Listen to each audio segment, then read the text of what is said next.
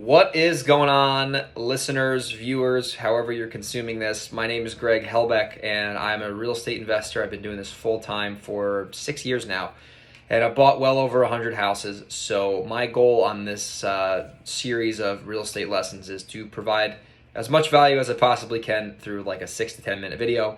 So if you're watching this on YouTube, if you could subscribe, that means you got to push the button, and then like the video. It would mean a lot. That's how we get the show, or we get the channel to grow. I want to get 1,000 subs within the next 3 months. Or if you're watching this on Instagram or you're watching this on Facebook, if you could like the video and share it, let me know what your thoughts are, and that way I know that my viewers and listeners are hopefully getting value. So today I want to talk about direct mail, right? Again, this is my third direct mail video. And I figured I would do it all in like a series because I could talk about this for a long time, and I don't want to make these big ass videos because people usually like to watch 10-minute videos or less. So anyway, today I'm talking about direct mail KPIs. So if you're brand new and you don't know what that means, that stands for Key Performance Indicator. So a key performance indicator is basically a number that you track that can measure the success of your business, or in this case, a direct mail campaign. So you don't have to get scared when you hear the word KPIs tossed around by a lot of these, gurus or whatever. It just basically means the number that you're measuring that is critical to your campaign success. So for example, if you're doing direct mail, obviously if you're doing this in San Diego, it's going to be a lot different than doing this in Cleveland, Ohio, because the markets are completely different. But here are the numbers that I track, right? I'm just going to tell you my numbers, what I track, what I look for, and ultimately what really matters versus all this other bullshit that you see out there that really doesn't do anything. So the number one thing that I track, this is an absolute common sense metric, is I track how much did I spend on the campaign. Overall, how much money did I spend on that direct mail campaign? And I'm just going to give you some real context here. In Southern California, the cost per deal, at least for me on direct mail, is about $7,000, right? And then in New York, it's about $4,000, right, in direct mail ad spend to get a deal. So that's just reality. So how much did I spend on the campaign, right? What was my overall cost, right? When you're mailing 3, 4, 5, 6 times, obviously that's the same campaign. Your cost is going to go up, but then your deals are going to go up, right? Your ROI will be there.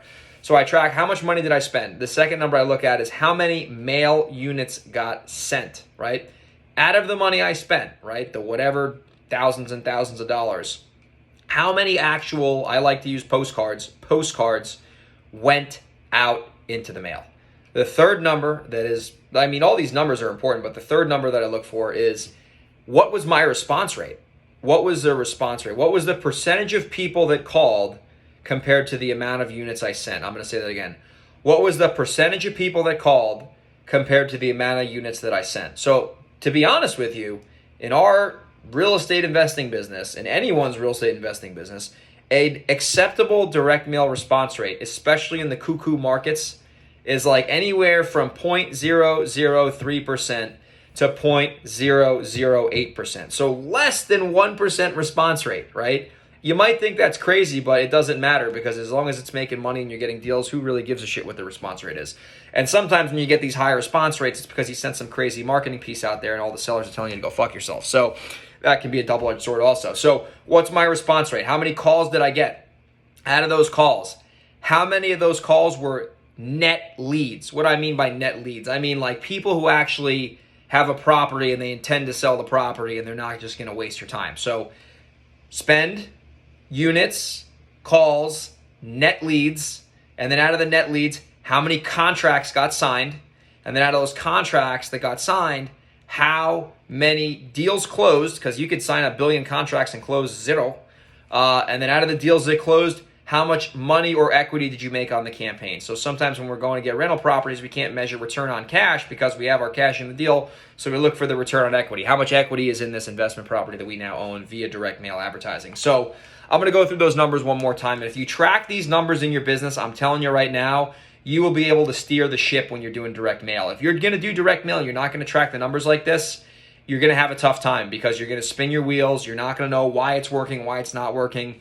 If you just track these simple numbers, it's not going to guarantee that your campaign is going to be successful, but if your campaign starts to shit the bed and you track these numbers, you can know what levers you're going to have to tweak because, if you don't have the data in front of you, you don't really know what the hell's going on. So number one, how much spend? How much money did you spend on that campaign? Number two, How many units did you send out? Number 3, how many calls came in the door?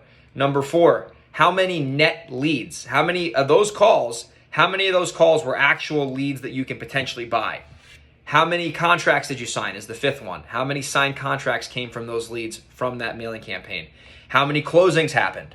And then what was your overall, how much money did you make or how much equity you have? And then the 2 last numbers that I'll track that I look for is the real number I look for, is ROAS, which is return on ad spend. If you're a big internet marketer, you probably know what that is if you're spending a lot of money on Facebook and Google and whatnot like that. But ROAS just means how much money did you make, and then you divide that by the cost that you had to, incur. My alarm's going off because I'm in a time block. But what was the overall money that you made, and then you divide the money into the cost that you spend, and you look for, and generally what I like to look for in direct mail is at least a 4+ return on ad spend, which means every dollar I spend, at minimum, I get at least 4 back. I've had campaigns that have been like 1.3 ad spend, which shit the bed. And then I've also had campaigns that were like 12x return on ad spend, which means that every time I put $1 into my advertising campaign, I got $12 back and made, multiple 6 figures. So it all depends. Every campaign is going to be different. If you track the numbers that I shared on this video, you will definitely have more clarity when you're doing mailings. If you're new to direct mail, I recommend just don't watch this video once. Watch this over and over again, rewind it, write notes, whatever you got to do to remember this. But, this is critical stuff that you got to track if you're going to do direct mail successfully. So I hope you got value from today's video. If you did, once again, and you're on YouTube, like button, please. Or not, like button, and then most importantly, it's the subscribe button. So we can grow the channel to over 1,000 people in the next 90 days. If you're watching this on Instagram or you're watching this on Fakebook, aka Facebook, because everyone down there is fake, just kidding. If you could like it and then share it, that would mean a lot to me. And I will see you on the next video. Take care.